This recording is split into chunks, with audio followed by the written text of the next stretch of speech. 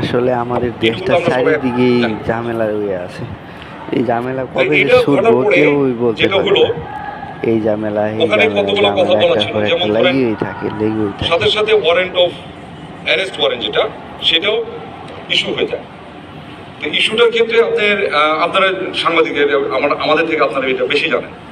সেটা হচ্ছে যে এই ওয়ারেন্ট ইস্যু করে ট্রাইব্যুনাল থেকে, বরাবর এটা কার কাছে যায়?